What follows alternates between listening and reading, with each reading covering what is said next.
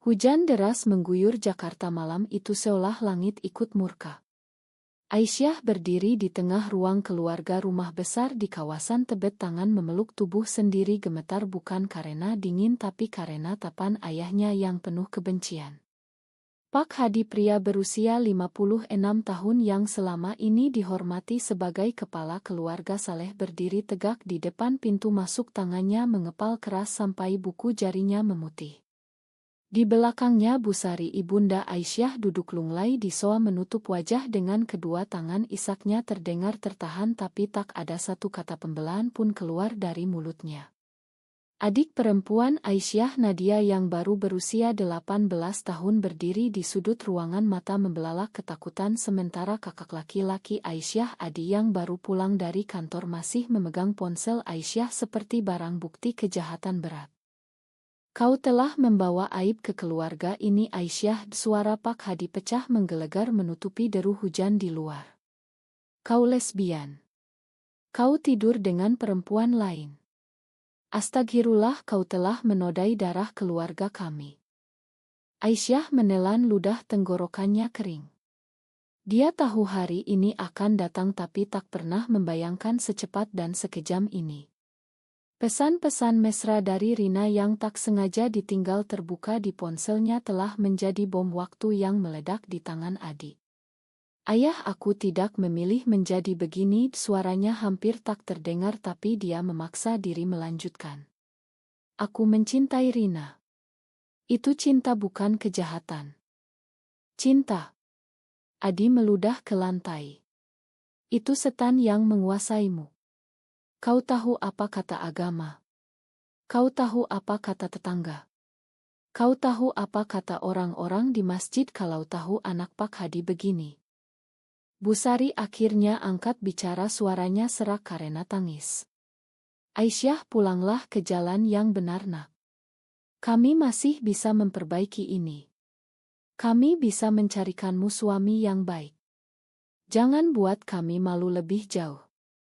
Aisyah memandang ibunya, mata berkaca-kaca.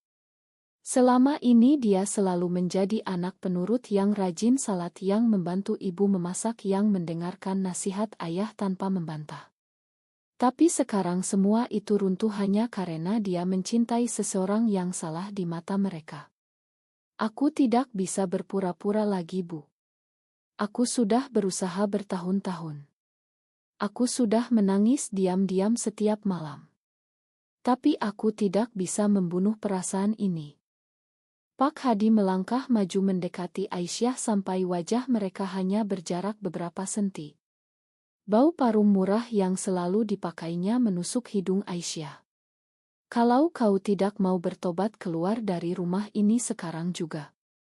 Jangan pernah kembali. Kau bukan anakku lagi.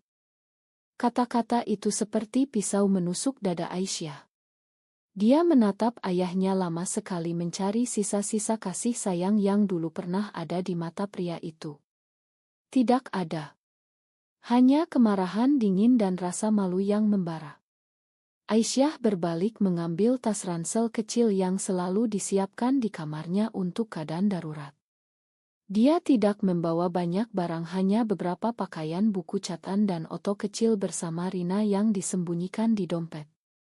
Saat melewati pintu dia berhenti sejenak memandang keluarganya untuk terakhir kali. Makan aku, bisiknya. Tapi aku tidak bisa hidup bohong lagi. Pintu ditutup keras di belakangnya. Hujan semakin deras membasahi tubuhnya dalam sekejap. Aisyah berjalan tanpa arah, langkahnya berat tapi dia tahu kemana harus pergi. Hanya satu orang di dunia ini yang pernah mendengar cerita sebenarnya tentang Rina dan tidak menghakiminya. Nenek Siti, nenek dari pihak ayah yang tinggal sendirian di rumah kayu kecil di pinggiran Bekasi. Perjalanan dengan ojek online terasa seperti mimpi buruk. Sopir ojek sempat bertanya apakah dia yakin mau ke tempat itu malam-malam begini dalam hujan deras. Aisyah hanya mengangguk, tak sanggup bicara. Sampai di depan rumah nenek, pintu kayu tua sudah terbuka, sedikit cahaya lampu temaram menyelinap keluar. Nenek Siti berdiri di ambang pintu, selendang batiknya menutupi bahu tubuhnya yang kini semakin rapuh di usia 78 tahun. "Nek." Aisyah tak sanggup melanjutkan. Dia langsung jatuh ke pelukan neneknya, menangis terseduh-seduh seperti anak kecil. Nenek Siti tidak bertanya banyak. Dia hanya mengelus punggung Aisyah dengan tangan gemetar yang penuh keriput. "Masuklah, Nak. Di sini kau aman. Nenek sudah lama menunggumu pulang." Malam itu Aisyah tidur di kamar kecil yang dulu dipakai ayahnya saat masih muda. Bau kayu jati tua dan minyak kayu putih memenuhi ruangan.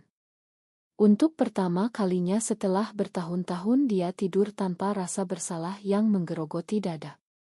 Tapi di luar sana keluarganya mungkin sedang berdoa agar setan keluar dari tubuhnya. Dan Rina. Aisyah belum berani menghubungi Rina. Bagaimana dia bisa menjelaskan bahwa dia sekarang tak punya apa-apa lagi kecuali cinta yang mereka jaga dalam diam. Pagi harinya Nenek Siti sudah bangun lebih awal menyiapkan nasi goreng sederhana dengan telur mata sapi. Aisyah duduk di meja makan kecil, tangannya memegang cangkir kopi hitam tapi tak disentuh. "Nek, aku takut," katanya pelan. "Aku takut mereka tidak akan pernah memakan. Aku takut Rina akan meninggalkanku kalau tahu aku diusir." Nenek Siti menatap cucunya dengan mata yang penuh pengertian. "Cinta itu bukan sesuatu yang bisa dipaksa masuk atau dipaksa keluar, Nak. Kalau Rina mencintaimu, dia akan tetap di sini meski dunia membenci kalian. Dan kalau dia pergi berarti dia bukan milikmu.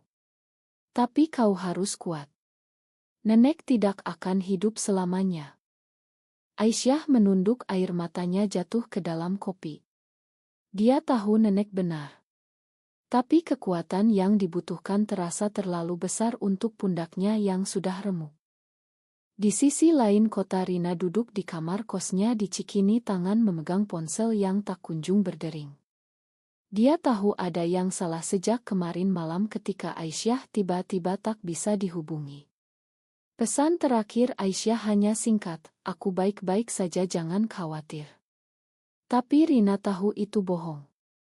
Instingnya berteriak bahwa sesuatu telah hancur. Rina adalah guru bahasa Inggris di sebuah sekolah swasta menengah di Jakarta Pusat. Usianya 26 tahun, wajahnya selalu cerah, senyumnya menular, tapi di balik itu dia menyimpan rahasia yang sama beratnya dengan Aisyah.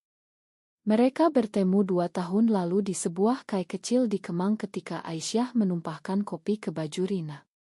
Dari situ percakapan kecil menjadi percakapan panjang, menjadi rahasia yang mereka jaga mati-matian. Rina menarik napas dalam-dalam lalu mengetik pesan, "Aisyah, di mana kamu? Aku khawatir sekali. Tolong balas." Pesan terkirim tapi tak dibaca. Rina menutup mata berdoa dalam hati semoga Aisyah baik-baik saja. Tapi jauh di lubuk hatinya dia tahu badai baru saja dimulai. Hari-hari pertama di rumah Nenek berlalu seperti kabut tebal. Aisyah hampir tidak keluar rumah, takut bertemu tetangga yang mungkin sudah mendengar kabar dari mulut ke mulut. Jakarta bukan kota kecil, berita buruk menyebar lebih cepat daripada api. Nenek Siti tetap tenang seperti biasa, bangun pagi, membersihkan halaman, menanam sayur di pekarangan kecil di belakang rumah, memasak makanan sederhana tapi penuh cinta. Dia tidak pernah memaksa Aisyah bicara, tapi selalu ada di sampingnya ketika Aisyah membutuhkannya. Suatu sore ketika matahari hampir terbenam, Aisyah akhirnya memberanikan diri menelepon Rina. Jantungnya berdegup kencang sampai terasa sakit. Telepon berdering 3 kali sebelum Rina mengangkat. "Aisyah," suara Rina terdengar parau seperti habis menangis. "Rin, Aku di rumah Nenek." Aisyah berusaha menahan isak. "Mereka tahu. Mereka usir aku." Ada keheningan panjang di ujung sana. Lalu Rina berbisik, "Aku tahu. Adi meneleponku kemarin malam. Dia bilang kalau aku masih dekat denganmu dia akan melaporkan aku ke sekolah. Dia bilang aku merusakmu. Aisyah merasa dunia berputar. Makan aku Rin. Ini salahku. Aku ceroboh. Bukan salahmu, Trina memotong cepat. Ini salah mereka yang tidak mau mengerti. Aku akan ke sana besok. Tunggu aku. Malam itu Aisyah tidur dengan perasaan campur aduk. Senang karena Rina masih mau bertemu tapi takut karena dia tahu pertemuan ini akan membawa risiko lebih besar. Nenek Siti duduk di samping tempat tidur Aisyah memegang tangannya. Nak, kalau kau mencintai dia bawa dia ke sini. Nenek tidak takut. Nenek sudah tua, sudah melihat banyak hal di dunia ini. Cinta itu tidak pernah salah. Keesokan harinya Rina datang dengan tas besar di punggungnya, wajahnya pucat tapi matanya penuh tekad. Saat melihat Aisyah di ambang pintu rumah kayu, Rina langsung berlari memeluknya erat. Mereka menangis bersama tanpa kata-kata. Nenek Siti hanya tersenyum dari kejauhan lalu masuk ke dapur menyiapkan teh hangat. Rina tinggal di rumah nenek selama beberapa hari pertama. Mereka tidur di kamar yang sama tapi hanya berpelukan tak lebih. Rina takut kalau tetangga melihat. Tapi di dalam rumah kecil itu mereka akhirnya bisa bernapas lega. Mereka berbagi cerita tentang ketakutan masing-masing, tentang mimpi yang dulu mereka bangun bersama, tentang masa depan yang sekarang terasa begitu jauh. Aku takut kehilangan pekerjaanku, kata Rina suatu malam ketika mereka duduk di teras belakang memandang bintang. Sekolah itu sangat konservatif. Kalau mereka tahu aku pasti dipecat. Aisyah memegang tangan Rina erat. Kita bisa cari jalan lain. Aku bisa kerja relance lagi. Kita bisa pindah ke kota lain. Ke Bali mungkin. Di sana lebih terbuka. Rina tersenyum getir. Bali bukan surga Ais. Dimanapun di Indonesia kita tetap harus bersembunyi. Nenek Siti mendengar percakapan itu dari dalam rumah. Dia tidak ikut campur tapi malam itu dia berdoa lebih lama dari biasanya. Dia tahu badai belum berakhir. Beberapa minggu kemudian kabar buruk datang. Adi menelepon Nenek Siti mengancam akan memutus hubungan sepenuhnya kalau Nenek tetap menampung Aisyah. Kau sudah tua Nek, tapi kau masih bisa diusir dari keluarga besar kalau kau terus melindungi dosa itu, kata Adi dingin. Nenek Siti hanya menjawab pelan, Adi nak, kalau kau benar-benar mencintai adikmu kau tidak akan melakukan ini. Biarkan dia hidup. Telepon ditutup kasar. Malam itu Nenek Siti batuk-batuk lebih sering dari biasanya. Aisyah dan Rina khawatir tapi Nenek bilang itu hanya masuk angin. Tapi Aisyah tahu itu bukan masuk angin. Usia Nenek sudah tua dan tekanan dari keluarga membuat kondisinya memburuk. Aisyah mulai merasa bersalah. Apakah dia egois karena tetap bertahan dengan cintanya? Apakah dia seharusnya pergi saja agar Nenek tidak menderita? Rina melihat kegelisahan itu.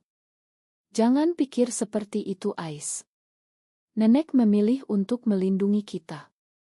Itu keputusannya. Tapi kata-kata itu tidak cukup menghapus rasa bersalah yang menggerogoti Aisyah setiap malam. Musim hujan berakhir tapi badai dalam hati Aisyah tidak pernah reda. Nenek Siti semakin lemah. Dokter di puskesmas bilang itu pneumonia yang sudah lama tapi tidak diobati karena Nenek keras kepala tak mau ke rumah sakit. Aisyah dan Rina bergantian menjaga Nenek, memberi minum obat, memasak bubur, menyuapi kalau Nenek terlalu lemah untuk makan sendiri. Suatu malam ketika hujan kembali turun, Nenek Siti memanggil Aisyah dan Rina ke samping tempat tidurnya. Wajahnya pucat tapi matanya masih jernih. Duduklah nak, katanya pelan. Mereka duduk di lantai memegang tangan Nenek bergantian.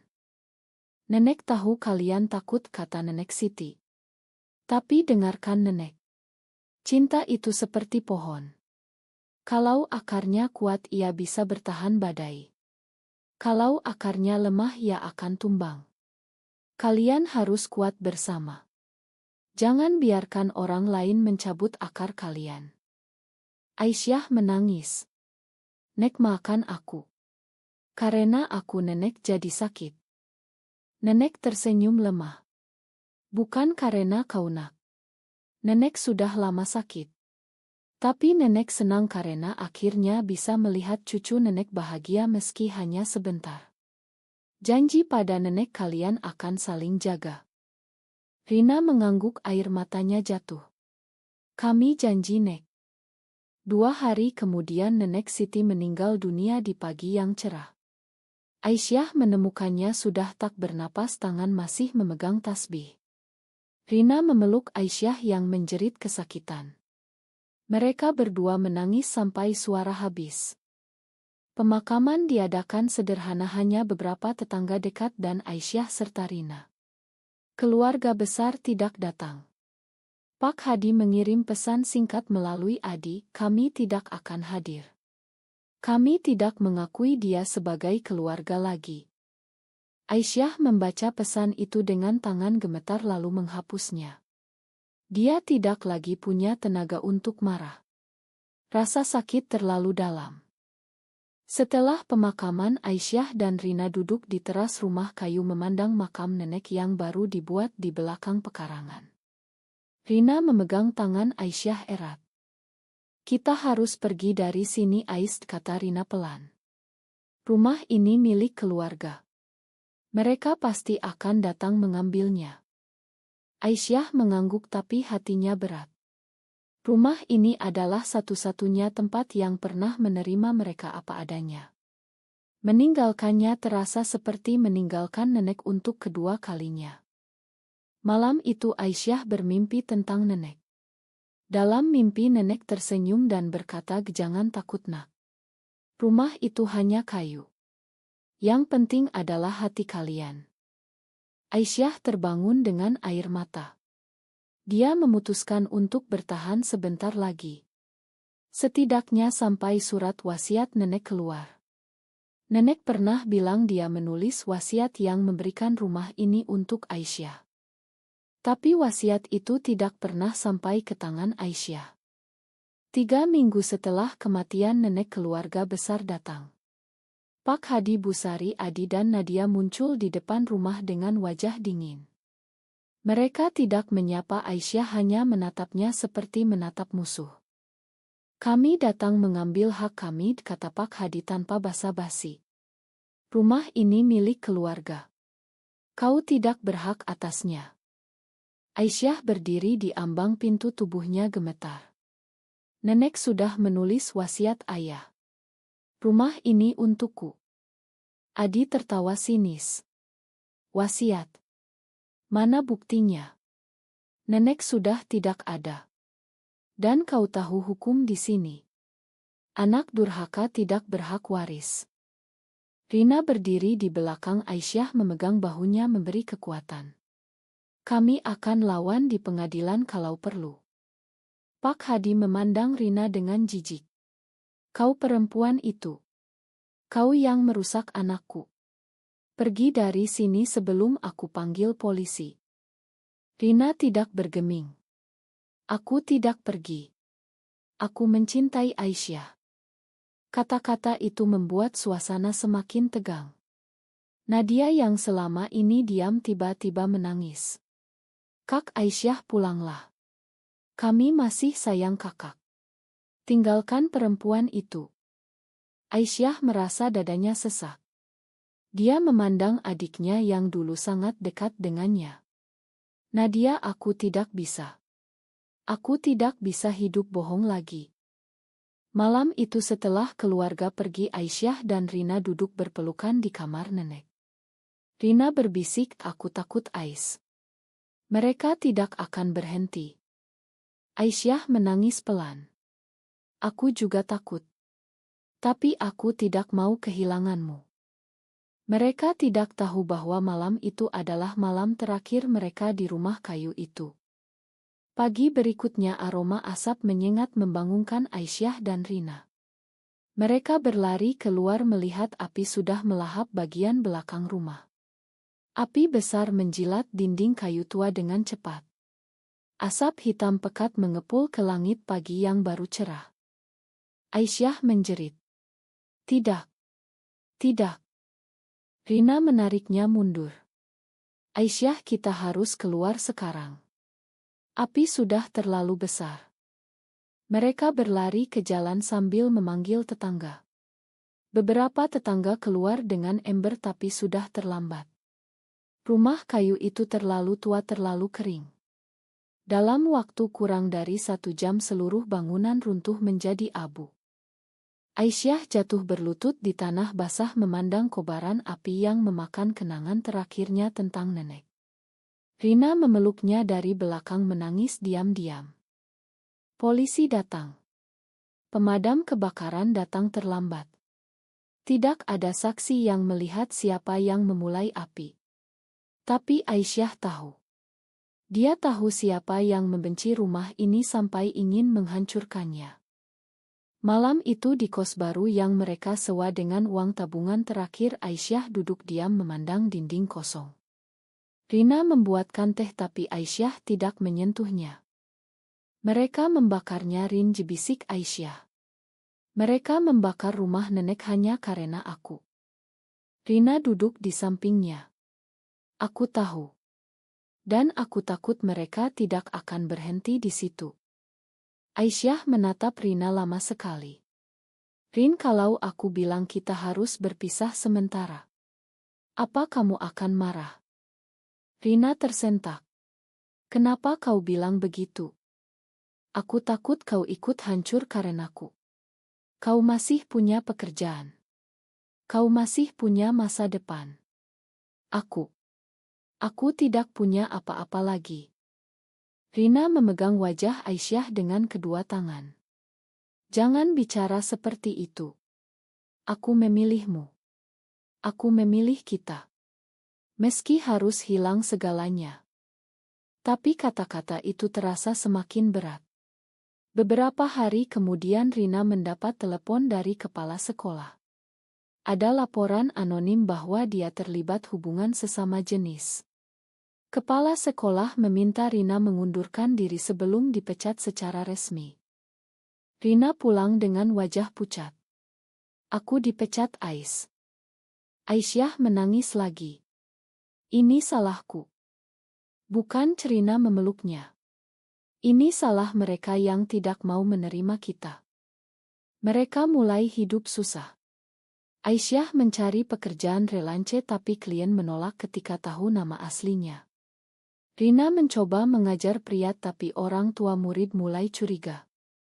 Mereka hidup dari tabungan yang menipis, makan mie instan hampir setiap hari. Suatu malam Rina duduk di lantai memandang oto lama bersama Aisyah. Ais, aku dapat tawaran kerja di Singapura. Guru bahasa Inggris di sekolah internasional. Gajinya bagus. Kita bisa mulai lagi di sana. Aisyah memandang Rina dengan mata kosong. Kau mau pergi? Bukan aku mau pergi. Aku mau kita pergi bersama. Tapi Isa, untukmu sulit. Kau harus menikah dulu dengan seseorang untuk ikut. Aisyah tertawa getir.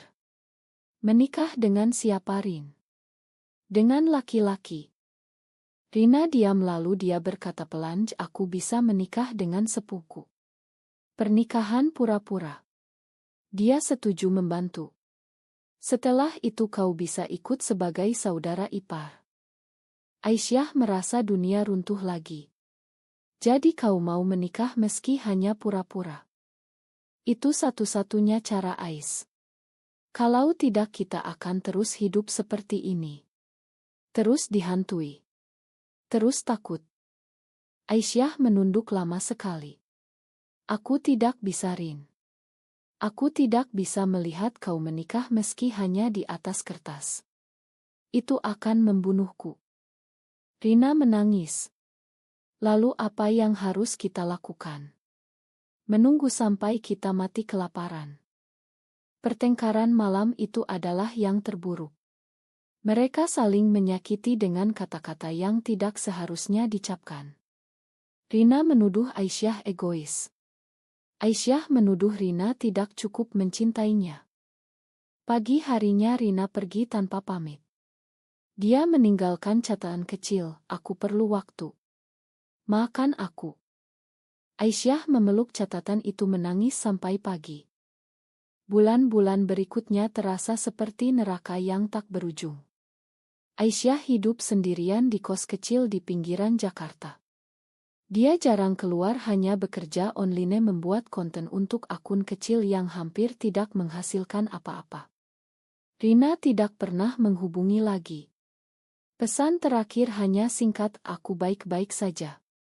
Jangan cari aku." Aisyah sering duduk di balkon kos memandang langit malam mengingat semua yang telah hilang. Ayah, ibu, adik, kakak, nenek, rumah, dan sekarang Rina. Dia bertanya pada dirinya sendiri berulang-ulang, apakah semua ini layak? Apakah cinta yang dia perjuangkan benar-benar layak untuk harga yang begitu mahal? Suatu hari dia mendapat surat dari pengacara. Wasiat nenek akhirnya ditemukan di laci rahasia. Nenek memberikan rumah itu untuk Aisyah meski rumah sudah menjadi abu. Tapi lebih dari itu, nenek meninggalkan pesan pribadi untuk Aisyah. "Nak, kalau kau membaca ini berarti nenek sudah tidak ada. Nenek tidak menyesal melindungimu. Cinta adalah pilihan terberat tapi juga paling mulia. Jangan pernah menyerah pada dirimu sendiri. Nenek bangga padamu." Aisyah menangis membaca surat itu. Untuk pertama kalinya setelah sekian lama dia merasa ada sedikit cahaya di kegelapan. Dia mulai bangkit pelan-pelan. Dia membuat akun anonim di media sosial berbagi cerita tentang perjuangan orang-orang seperti dirinya tanpa menyebut nama. Banyak yang mendengar. Banyak yang mengirim pesan dukungan.